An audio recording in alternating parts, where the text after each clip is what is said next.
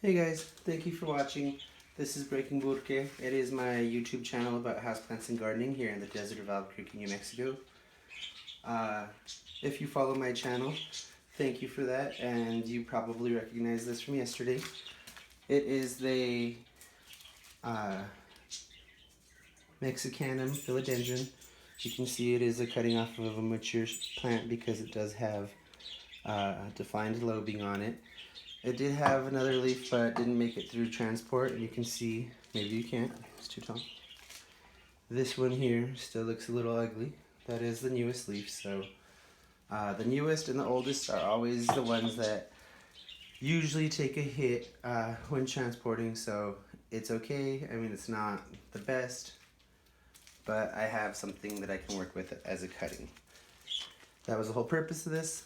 In a prior video, I did speak on how if you can afford it, if you're going to save up to buy these plants anyway, to get a bigger cutting than what you necessarily need. Now this one, like I said, does have a few nodes on it. So I'm thinking, since I paid so much for it, and it did lose a leaf there, it wasn't the oldest leaf, it was one towards the middle. And I don't want to start out with a leggy plant. So I think I'm going to take it in a couple pieces. If I sound stressed, it's because I am. I did pay a decent amount for this cutting, so I'm going to take one right here. You see there's a couple air roots, a couple more there. So if I take one here, we'll have at least an inch under the soil. That'll help it stand up when we do plant it. So I think that's going to be my best bet for my first cut. And I'm just going to put it over the counter, take a deep breath, and do it.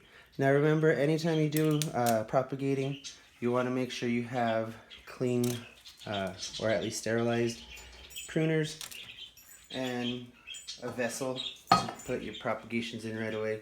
If you can throw them in water, even if it's just for a little while you do whatever else you're doing, whether it be propagating in leca or I don't know, there's tons of ways you can do it, moss or whatever. Now here you can see we have one leaf that is kind of folded and bent from transport, and then we do have this chunk where the plant originated from, or my cutting originated from. It does have this one here, this node that is obviously grown from, and if we flip it around, let's see, that could be a potential old growth node there. So I don't want to cut it here and just have this, which could be worthless. So what I think I'm going to do is, if you see here, there was another leaf attached there, so there's another node there. If I cut it here, I can have this big chunk with a node here, and then this chunk with another node here. So that's what I'm going to do. Again, over the counter so I don't drop it. Now you can see it's not a very huge piece, but it does have a leaf, so it might propagate faster. Usually if you can get a node with a leaf, your success rate will be at least doubled. And then I have this, a decent sized chunk, which, I mean, was probably worth what I paid anyway because it is a decent size of a mature plant. And it does have a node. Should send up some growth through right around there, if not a couple points. If we get closer, you can see there's 1, 2 leaf points where leaves were attached. So hopefully we'll get something out of this. Now I do have some things here to help us with this. These other cuttings, I think I'm just going to leave in water for a couple days at least to see what happens if they start to develop roots. That's what I like to do. If I can get them in water, even better, because there's less chance of the leaves taking a hit.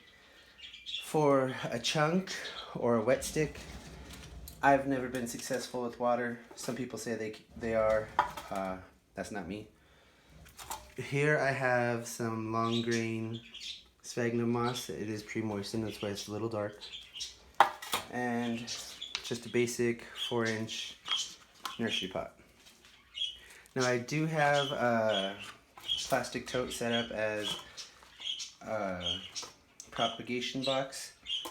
So I'm just gonna put whatever moss I can in here to fill it. And that's the thing, guys, is you don't want your moss to be soggy. You can rot your cuttings if it's too wet. And this is completely unnecessary. I'm just gonna take some of these aerial roots and dip them in the rooting hormone just because I got it. I mean, like I said, the aerial roots will root on their own, but I paid for this at one point, so I may as well use it. And then well, I guess I probably filled that up a little too much. Put the aerial roots down in there.